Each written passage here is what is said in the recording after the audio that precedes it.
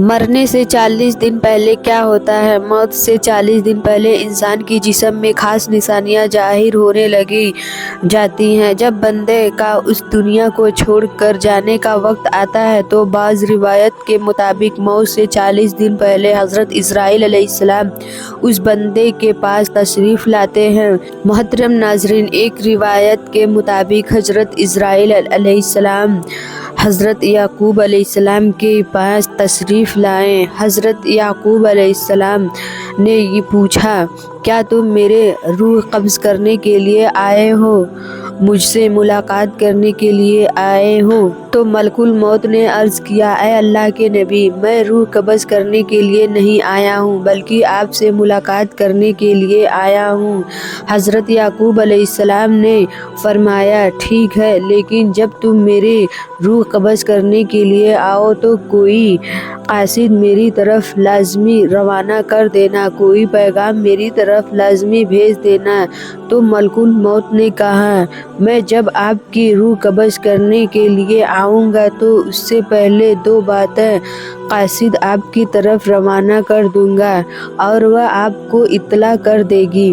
چنانچہ ایک وقت آیا جب ملک الموت حضرت یعقوب علیہ السلام کے پاس اچانک تشریف لائے اور روح قبض کرنے کی بات کہی تو حضرت یعقوب علیہ السلام نے فرمایا کہ تم نے تو مجھے سے وعدہ کیا تھا کہ میں تمہاری روح قبض کرنے سے پہلے کوئی قاصد بھیجوں گا، کوئی پیغام دینے والا آپ کے پاس بھیجوں گا، اچانک روح قبض کرنے کے لیے نہیں آؤں گا۔ تو ملک الموت نے فرمایا، میں نے آپ کی طرف قاصد بھیجا تھا اور وہ بھی 3 قاصد بھیجے تھے۔ حضرت یعقوب علیہ السلام نے فرمایا، وہ کون سے قاصد ہے؟ ملک الموت نے فرمایا، پہلا قاصد یہ تھا کہ جب آپ کی داڑھی اور سر کے بال جو سیاہ تھے وہ سفید ہونے لگے۔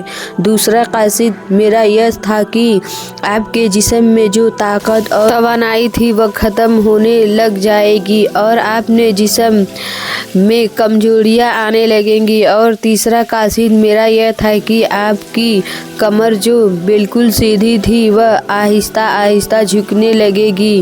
تو یہ تینوں نشانیاں ملک الموت نے بتلائی۔ ملک الموت یعنی حضرت اسرائیل علیہ السلام نے فرمایا کہ ہر مرنے والے کے پاس تقریباً میرے قاصد آتے رہتے ہیں، لیکن لوگ ان کو نہیں سمجھتے، لوگ ان کو نہیں مانتے۔ اگر ماننے والا بندہ اپنی زندگی میں نیکیاں اور تقویٰ پرہیزگاری اختیار کر رہا ہے، پھر اس کی موت کے بعد اس کا چہرہ خوبصورتی سے چمک اٹھتا ہے، تو یہ ایسی علامت ہے جس سے اچھا تاثر لیا جا سکتا ہے اور اس بات کی امید کی جا سکتی ہے۔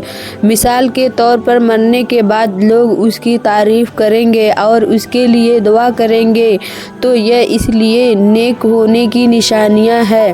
اسی طرح زندگی میں اچھے لوگوں کی صحبت بھی انسان کی نیکی ہونے کی نشانی ہے۔ حسن خاتمہ کی بہت سے اسباب ہیں جن میں اللہ کی اطاعت پر استقامت، اللہ تعالیٰ کے بارے میں حسن ظن، سچائی، پرہیزگاری، توبہ، موت کو کثرت سے یاد کرنا، دنیاوی خواہشات کو کم کرنا، آخرت کی فکر اور نیکوکار لوگوں کی صحبت قابل ذکر ہے۔ ناظرین، روح جب جسم کو چھوڑنے کے لیے بالکل تیار ہو، یعنی موت کے تقریباً 24 گھنٹے پہلے، تو ہاتھ، پاؤں اور ٹانگوں کے جلد پر محسوسات ختم ہو جاتی ہیں اور ان کا رنگ بدلنا شروع ہو جاتا ہے اور نیلا رنگ اختیار کرنا شروع کر دیتا ہے۔ یہ واضح نشانی ہے جس میں سانس اکھڑنا شروع ہو جاتا ہے اور بے تربیت ہونا شروع ہو جاتا ہے، دھیرے دھیرے سانس بجھ جاتا ہے۔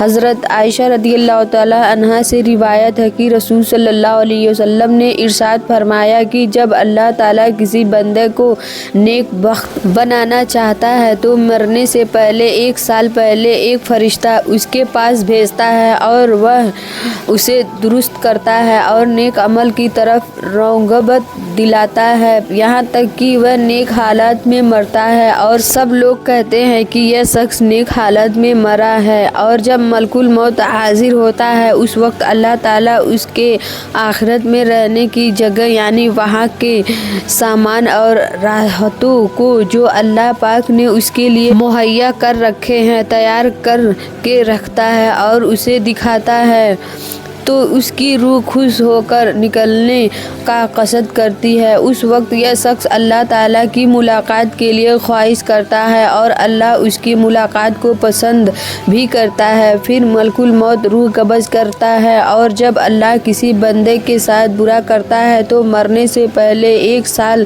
پہلے اس کے پاس ایک شیطان بھیجتا ہے جو اسے گمراہ کرتا ہے اور وہ بہکاتا رہتا ہے یہاں تک کہ وہ بری حالت میں مرتا ہے اور سب لوگ کہتے ہیں کہ اسے بہت بری موت آئی ہے۔ جب ملک الموت حاضر ہوتا ہے تو اللہ تعالیٰ اس کے آخرت میں رہنے کی جگہ اسے دکھاتا ہے تو اس کی روح خوف سے بدن کے اندر گھس جاتی ہے۔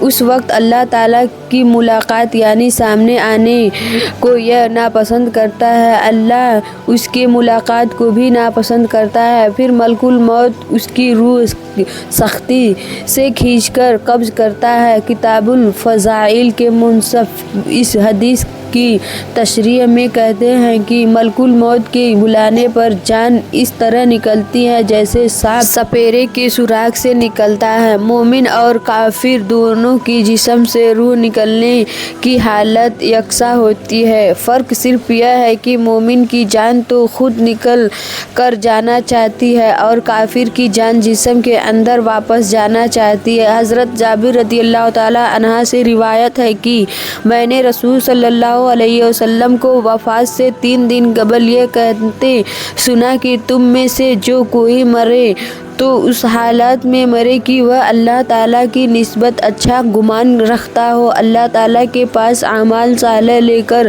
جائے۔ بس اس کا مفہوم یہ ہوا کہ اعمال صالح کی پابندی اس قدر کرے کہ مرتے وقت حق اللہ تعالیٰ کے ساتھ حسن ظن پیدا ہو جائے۔ حضرت انس رضی اللہ تعالیٰ عنہ نے فرمایا کہ رسول صلی اللہ علیہ وسلم نے ارشاد فرمایا کہ دیکھو تم میں سے جو کوئی مرے وہ اس حالت میں مرے کہ وہ اللہ پاک کی نسبت اچھا گمان رکھے، کیونکہ اللہ تعالیٰ سے اچھا گمان رکھنا جنت کی قیمت ہے، یعنی جس کو حق تعالیٰ سے حسن ظن پیدا ہوگا وہ جنت میں چلا جائے گا۔ روایت میں ہے کہ حضرت عمر فاروق رضی اللہ تعالیٰ عنہ نے فرمایا کہ رسول صلی اللہ علیہ وسلم نے فرمایا جب اللہ تعالیٰ کسی بندے کو درست رکھتا ہے اسے شہد جیسی خوشگوار چیز دیتا ہے، یعنی اعمال صالح اور اخلاق حسنہ کی توفیق عطا فرماتا ہے۔ صحابہ نے پوچھا کس طرح شرح